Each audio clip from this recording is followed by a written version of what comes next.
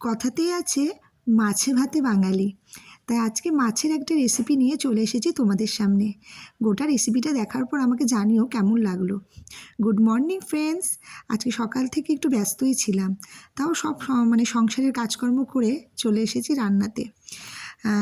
গতকাল রাতে আমার ছেলে আমাকে বলেই রেখেছিল, মা আজ আমাকে কিন্তু দই কাতলা করে খাওয়াবা।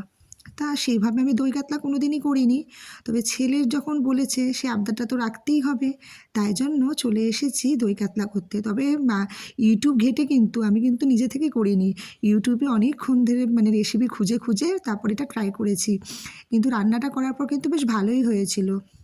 তার প্রথমে দেখো কাতলা মাছগুলোকে আমি ভালো করে ধুয়ে নিয়ে তাতে লবণ, একটু লেবুর রস আর একটু গোলমরিচের গুঁড়ো প্রথমে আমি মাখিয়ে রাখলাম ওই আধ ঘন্টার মতো, যাতে বেশ মানে মাছটা ম্যারিনেশনটা ভালো হয়।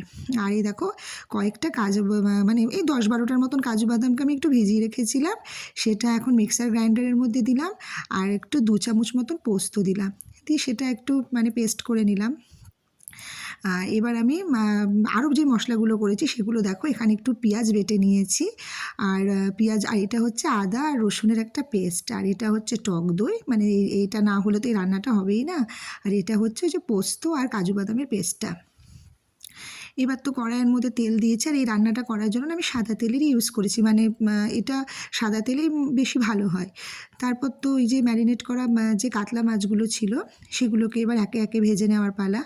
আর এই রান্নাটাতে কিন্তু আমি একদমই হলুদ ব্যবহার করব না, মানে একটু মানে সাদা সাদা রঙের হবে রান্নাটা, যেহেতু দই কাতলা, দইয়ের রং তো সাদা, তাই মাছটা মানে মাছের রেসিপিটা মানে হলুদ না, মানে যারা করে কিন্তু হলুদের থেকে মানে সাদা করাটাই কিন্তু বেস্ট হবে। তারপর মাছগুলোকে আমি বেশ ভালোভাবে ভেজে নিলাম, কিন্তু খুব কড়া করে ভাজা যাবে না, ওই মোটামুটি হালকা একটু লালচে লালচে করে ভেজে নিয়েছি। তারপর যে তেলটা ছিল সেই তেলের মধ্যে দেখো আমি প্রথমে শুকনো লঙ্কা ফোড়ন দিলাম, আর এখানে গোটা গরম মশলা ফোড়ন দিয়েছি। ফোড়নটা তো বেশ চুটুর পুটুর করতে আরম্ভ করেছে। তারপরে পেঁয়াজটা দিয়ে দিয়েছি, শুধু এখানে পেঁয়াজটাই দেওয়া, পেঁয়াজ আর কাঁচা লঙ্কার যে পেস্টটা ছিল সেটাই দেওয়া হয়েছে। এখন এটাকে একটু মানে ব্রাউন ব্রাউন করে একটু ভেজে নিব। এবং মোটামুটি দেখো ব্রাউন হয়ে এসছে। তারপর আমি এখানে এবার আদা রসুনের পেস্টটা দিলাম, তারপর এটা দিয়েও ভাজবো। ভাজার পর ওই যেটা পোস্ত আর কাজু বাদামটা বেটে রেখেছিলাম তখন ওইটা এখানে দিয়ে দিয়েছি।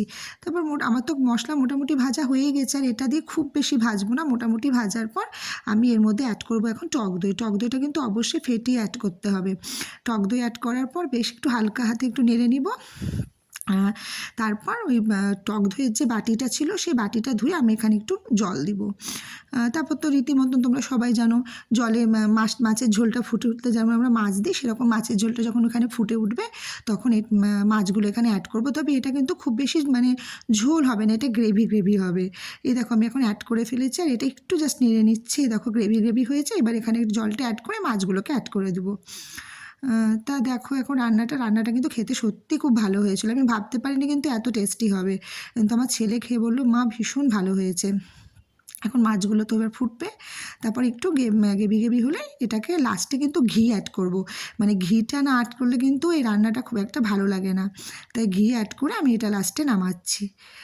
দেখো, দেখে বলো কেমন লাগলো তোমাদের, আর তোমরা কিন্তু অবশ্যই ট্রাই করো, আমাকে জানিও যে কেমন লেগেছে তোমাদের, তোমরা নিজের হাতে রান্না করার পর তোমাদের কেমন লাগলো। টাটা।